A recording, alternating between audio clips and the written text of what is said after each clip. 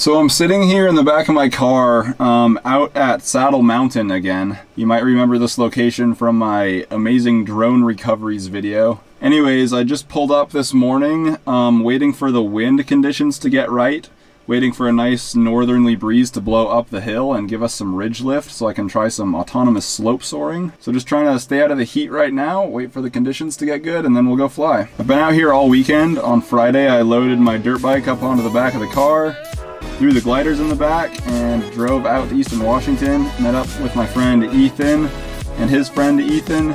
We did some dirt biking, rode some sand dunes, and then found a random guy with a boat who invited us to go inner tubing. So we went out there, did that with him. It was an interesting experience to say the least. Jumped off some cliffs. A fuel line broke on the boat, so we had to find some people to tow us back to the dock. And then after that, we camped at a nice spot overlooking the Columbia River. It was a beautiful sunset. Slept right there on the edge of the cliff. Good times, had a fire, woke up the next morning, drove up here. I'm letting our friend Colin borrow my dirt bike, so Ethan and Colin are gonna be riding around here. And then I'm up here on the hillside waiting to do some slope soaring. Oh look, Ethan and Colin are rolling up. Let's go say hi. What's up, dude? Howdy doody. Oh, that was great. Well, yeah, what did you think of those trails? Oh, it was some fun ones. We had a little hill climb. Sick. Well, I'm just waiting for the wind to change. Well, actually, it's blowing in the right direction now, but the problem is it's like variable, so it keeps going back and forth. I don't think this is like actual wind right now. It's just like thermal cycles blowing through. So we've got this like 2,500 foot tall ridge line behind me here, and there's a nice gentle north breeze coming up the hill, so we should have a bunch of not a bunch, but a little bit of ridge lift breeze going on in this area. And basically what I'm going to do is program a waypoint mission into these gliders that just kind of flies the planes back and forth across the crest of the ridge line. And what I want to do is just kind of look at the logs, look at the power consumption of the plane, and see if it's less than if I were just flying over a flat field. So basically just see if I can see the efficiencies gained from the ridge lift in the log data. Pretty much straight north right now, so I think we ought to put a plane up and see how it goes. So these are the two planes I'll be using. The first is the ASW-28 that you might remember from my autonomous soaring video. I'm still working on getting the Ardupilot soaring feature to work, so hopefully I'll make a video of that in the near future. But anyways, it has a RunCam split on the back with an FPV transmitter, and there's a DragonLink telemetry receiver and a Pix racer inside. 1, 2, 3. And I run over here and grab the controls. Can't see anything on the screen. Oh yeah, tunnel lift. Oh yeah, look at that. It's totally slope soaring. This video is sponsored by PCBWay. I recently started playing around with a PCB design program called Easy EDA, and I realized just how easy designing your own PCBs really is. After a few YouTube tutorials, I was well on my way to routing my own boards. Getting the PCB manufactured is actually really cheap and easy, thanks to PCBWay. Right now, it's their 6th anniversary, and they are offering discounts, coupons, and giveaways, so check them out. They even offer full PCB assembly service, so you don't even need to do any soldering. Check out this board I recently had made. Thanks again to PCBWay for sponsoring this video. So I'm at 0 throttle. Oh, there's a bird with me. See that? Yeah, it's getting a ton of lift. Here's the bird. Wow. So what I'm gonna do now is flip it into autonomous mode. It should turn 180 degrees. So you can't see it, but it's right there, and it's just gonna go back and forth along this ridge line for as long as the battery lasts. It should be quite a while, because when I was flying it manually here doing some circles, I was at 0 throttle and it was climbing. So autonomous slope soaring, here we are. It's gonna be really boring. I have to turn around. Wow! You might have to turn around so the antennas are in the right direction. That way? That is so neat. Wow, we are cruising. Wow. Oh man, we're banking. Oh, where is it? Oh, losing it. Is it crashing? Is it crashing? Banking. No. Oh no, it's turning back towards the hill. You see it there, Colin? You can see the position on the screen. All right. And you got all your statistics over here. Okay. Like your airspeed and your ground speed and your battery voltage, all the good stuff. Right now it's pulling 3 amps, which is kind of a lot. Oh, I see. So that means that it's not completely slope soaring right now. Wow. Yeah, we're zooming. I want to see ourselves on it.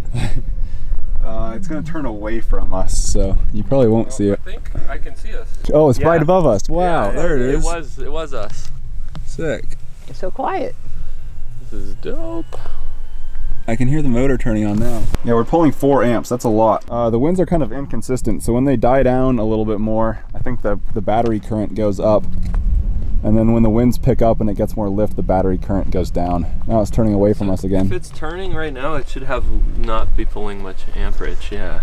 That doesn't necessarily depend on turning, but it's just like how much lift it's flying into. I mean, it's just turning into the wind, though. Right. Because the wind's coming up the hill. Yeah. You look like a conspiracy theorist or something with those on. You need some tinfoil on your head. Yeah. He's in his element right now. Shirtless dirt biking. Look at that, the wind blowing through his hair. What a majestic being. He's about to stall. It's pretty quiet. Sounds like the motor's off right now. Pulling 1 amp. 1 amp? Yeah. It's not much.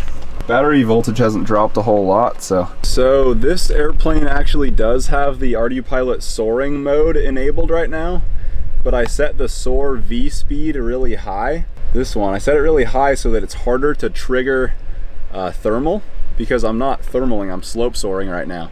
But just to see what happens out of curiosity, I'm gonna set this to 1, and then we'll see if it tries to catch what it thinks are thermals.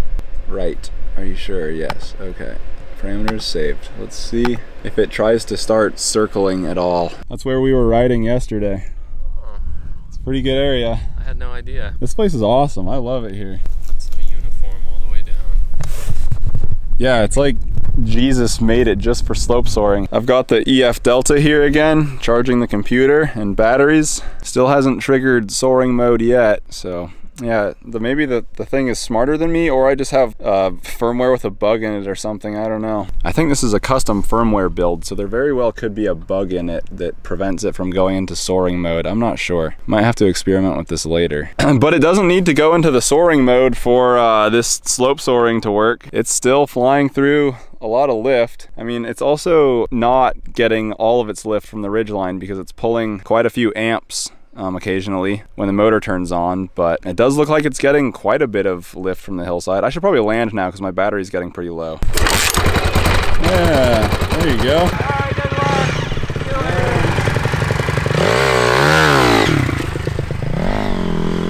So I put it back in manual mode and I'm trying to slope soar with 0 throttle right now, and it seems to be descending ever so slowly. Like it's probably taken about 3 or 4 minutes to descend like 200 feet or so.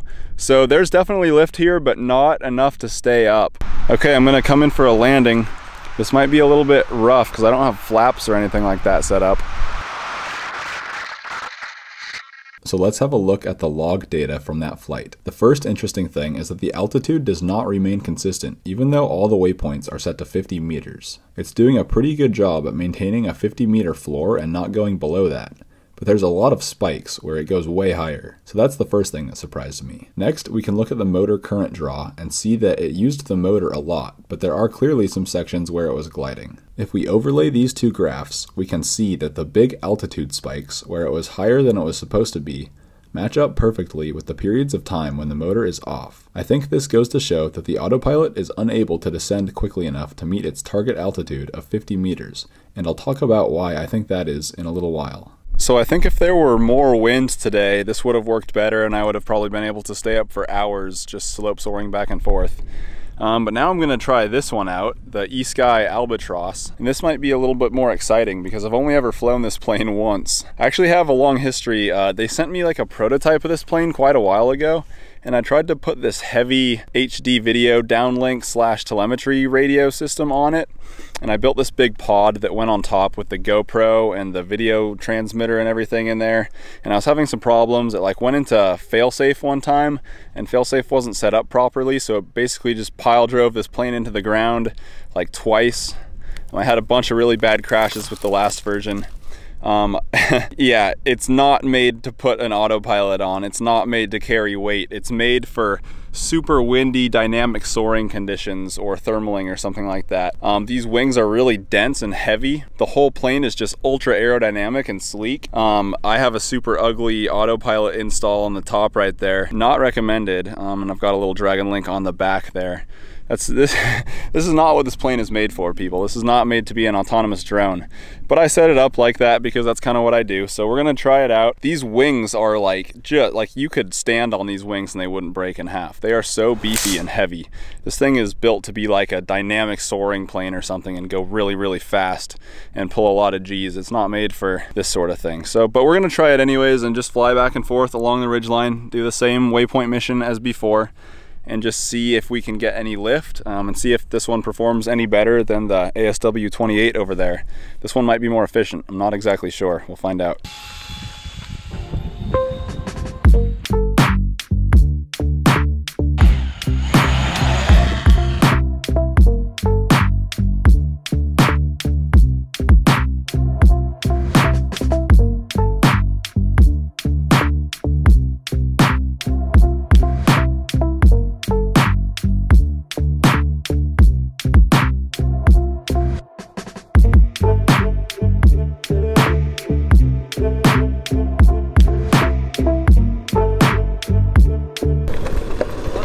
The boys are back. What's up, boys? So when I was flying the Mavic behind the airplane, I was noticing that the plane's altitude was not consistent. It was diving down, like right now it's descending quite a bit. The altitude is very inconsistent. And I thought, oh, well, I must have screwed up the waypoints. There must have been like one waypoint that was at 100 meters or something and the rest were at 50. But I just went back and looked at the waypoints and it looks like they're all at the same altitude. So I'm not sure why the plane is going up and down like that. It is so high, and I'm not telling it to go that high. Yeah, it's still climbing. It's not using any power and it's still climbing, so I think it's getting a ton of lift from thermals or the ridge right now or something. I don't know. It's not pulling any power. 0.4 amps means that it's just, that's the electronic current draw. It's no motor, and it's at 350 meters, which is way too high. The maximum waypoint altitude is like 60 meters, so it shouldn't go above that. So the only reason it should be at 350 meters is if it's getting lift from thermals or the slope and it's trying to go down to hit its target altitude, but it can't. It's climbing so fast. 378, 380, still not pulling any power. We must just be in a massive thermal right here or something, because the wind is dead calm, no ridge lift. Wow, that's incredible. I guess we'll just wait and see what happens. Damn, I wish I would have waited longer to fly the ASW28, because its soaring mode might be working really well right now with this thermic lift. But the eSky Albatross doesn't have soaring mode enabled, so it shouldn't be getting thermal lift. I mean, it must just be flying through thermals or one big thermal, I don't know, and getting lift from that. But it's not like, you know, it's not doing the active thermal seeking thing where it circles in the thermal like the ASW28 is supposed to do. The birds followed it all the way from when it turned around at the far end. Wow, they're thermaling together. Can that plane ever get into a stall? Yeah, definitely. Then what does it do? Falls out of the sky. It can't recover from a stall? I mean, it could if it has enough altitude and pilot skill. Colin was borrowing my motorcycle, so they left it at the bottom of the mountain so that I didn't have to drive all the way up here with my motorcycle on the back of my truck. Now they just brought me the keys.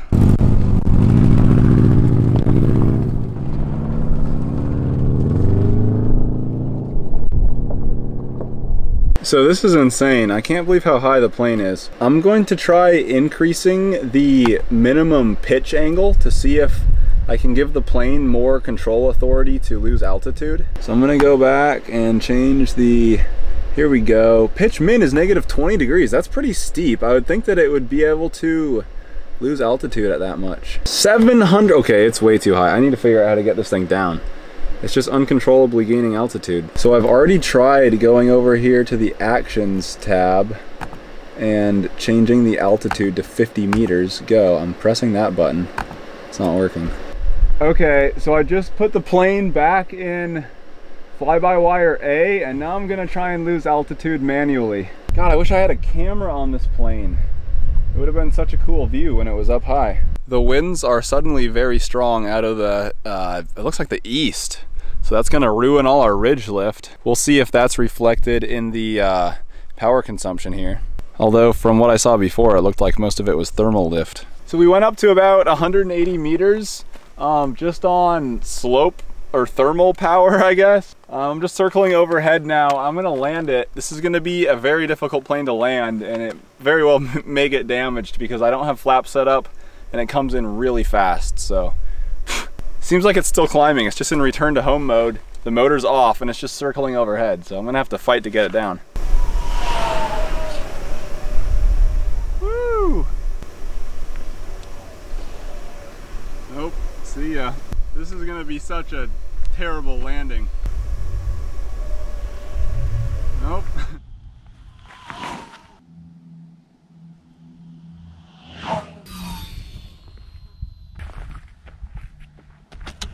Whew. I didn't get that landing on video because this camera overheated and the GoPro died, but the wind kept shifting, so I actually had to land coming up the slope here, and it was not smooth. I landed in all these rocks, and I kind of dinged up the prop cone here and on the bottom of the wing a little bit, but it's not much damage. It should be easily repairable. But anyways, this plane right here is just hyper efficient. Even with that autopilot and GPS on it, it just glides forever, even more so than that one. It's not the most stable plane though. Like, I've tried flying it completely manually, and it's not, I wouldn't say it's a pleasant experience. So I think that might come with the hyper efficiency. It's made for advanced gliding and slope soaring, stuff like that. It's probably the most efficient plane I've ever flown, but definitely not good for the kind of stuff I like to do, like flying cameras and autopilots around. So unfortunately, I forgot to put an SD card in the little omnibus flight controller I was using on the Albatross, so I didn't get any log data from that flight. However, I did do another flight later on with the ASW-28 in the more thermic conditions.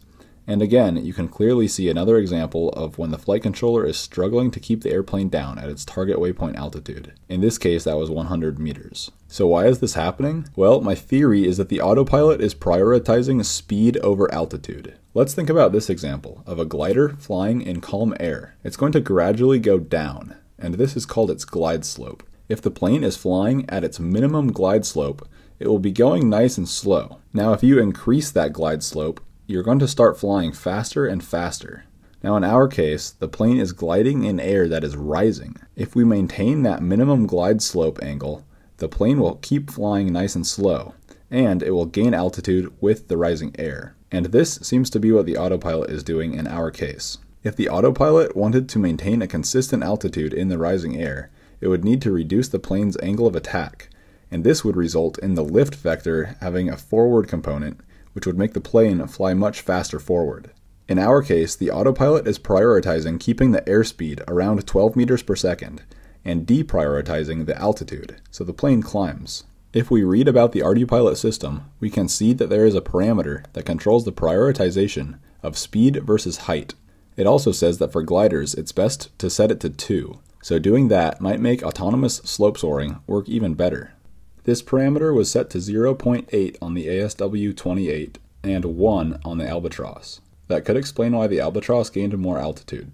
The weird thing is that it says if you don't have an airspeed sensor, it will prioritize height and ignore speed errors. But the Albatross did not have an airspeed sensor, but it still seemed to deprioritize height, so I don't quite understand that. But anyhow, it's cool that the autopilot can be set up to accept any altitude it can manage to gain via thermals or slope lift, and not just burn off the extra energy as speed. I'll have to revisit this concept someday and optimize the parameters to do this more. So today we learned that normal waypoint missions on the Ardupilot software can be used for autonomous slope soaring, which is pretty cool. We learned that my autonomous soaring parameters, or my autonomous soaring setup, firmware, whatever, on this plane is broken. And we learned that the eSky Albatross in there is a real beast of a glider. It's just a majestic airplane, but for advanced pilots only, I would say, because it's kind of a handful sometimes in manual mode, especially if you don't have a flight stabilizer. But anyways, that was a fun little slope soaring session. It's always a good time out here at Saddle Mountain. Ethan and Colin left my motorcycle at the bottom of this hill, so I have to go pick it up, and I hope no one stole it. Anyways, hope you enjoyed that video. Thanks for watching. Bye.